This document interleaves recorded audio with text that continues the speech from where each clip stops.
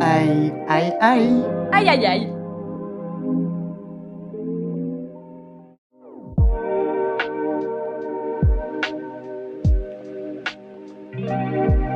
Aïe, aïe, aïe.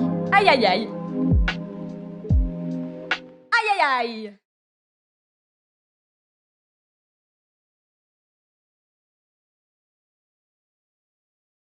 Le street art s'impose dans le contexte de pandémie mondiale comme un moyen micropolitique d'exprimer une vision artistique au sein de l'espace public.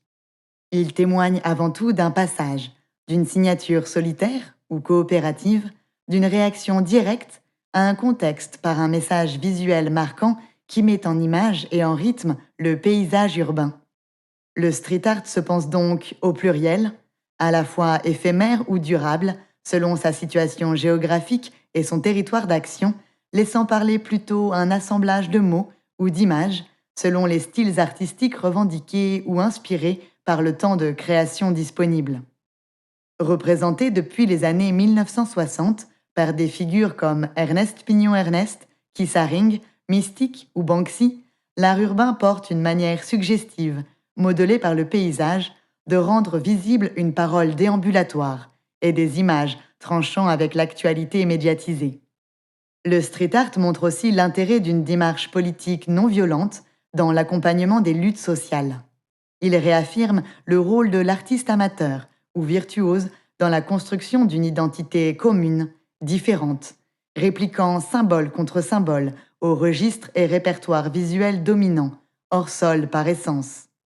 Il agit donc comme une reprise en main des images, un détournement vivant, autonomisant, une déformation et une actualisation nécessaire des signes lorsque ceux-ci ne parviennent plus à incarner le présent vécu et désiré des citoyens.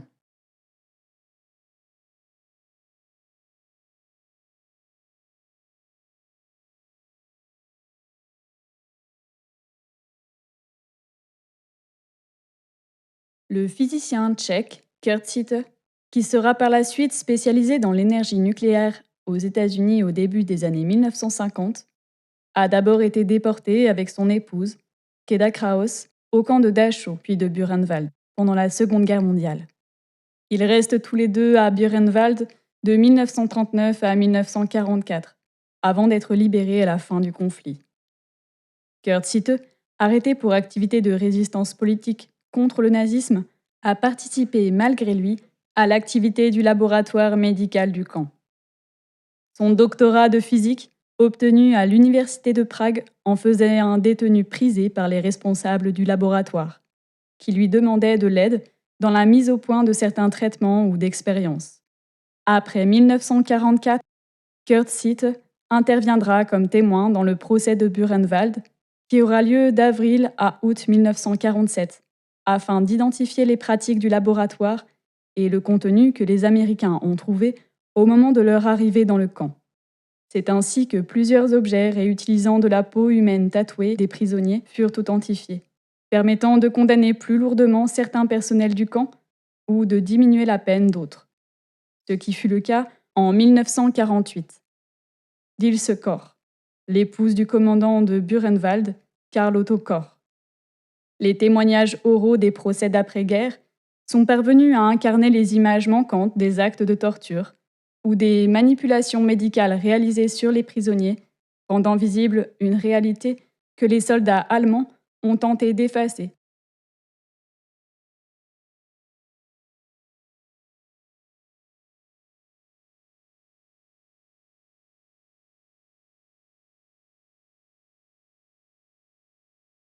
Dans The Woman Who Ran, 2020, le cinéaste coréen Hong Sang-soo laisse le champ libre à Gam-hee, interprétée par Kim Min-hee, une femme dont le mari se trouve en voyage d'affaires pour quelques jours seulement. Elle profite de cet espace libéré, en creux, pour présenter aux spectateurs plusieurs facettes de sa personnalité, de son langage, de ses contradictions aussi, jusqu'à les faire douter de la réalité qui se déroule devant leurs yeux. Hong Sang-soo aime les répétitions, rejouer une scène plusieurs fois, avec des émotions et un angle différent, comme si le cinéma était le lieu de l'autre vie, rêvée, ludique et fantastique. Il devient la face cachée d'un réel étouffant, imprévisible, où la parole est difficile à prendre et à confier. Le lieu du silence, donc. À l'inverse, le cinéma, lui, est plein, mystérieux, perturbant, et les personnages y avancent en butant les uns contre les autres. Un cinéma de conversation, comme l'art est conversationnel, permet le partage des sentiments, d'entendre des mots qui soutiennent et donnent de la force. Hong Sang-soo teint ses films de saison, d'atmosphère limite, pendant ou après le repas, avant l'ivresse ou lors d'un lendemain de fête, où chacun peut dire ce qu'il pense, enfin. À l'intérieur de The Woman Who Ran, l'héroïne est absente à sa vie passée. Elle évolue et se dévoile sans se donner, impossible à lire, à prévoir, à prévenir. Elle s'absente, elle disparaît au regard de tous, échappant à l'injonction de se tenir tranquille comme une proie, une cible sur laquelle est projetée une norme d'existence. Elle gagne une position nouvelle, inconnue, plus fluide et singulière. Dans l'image, et pourtant déjà loin derrière, on ne parvient plus à la cerner. Elle se détache de la beauté, du regard des hommes, des femmes, des institutions, et devient enfin propriétaire de ses illusions.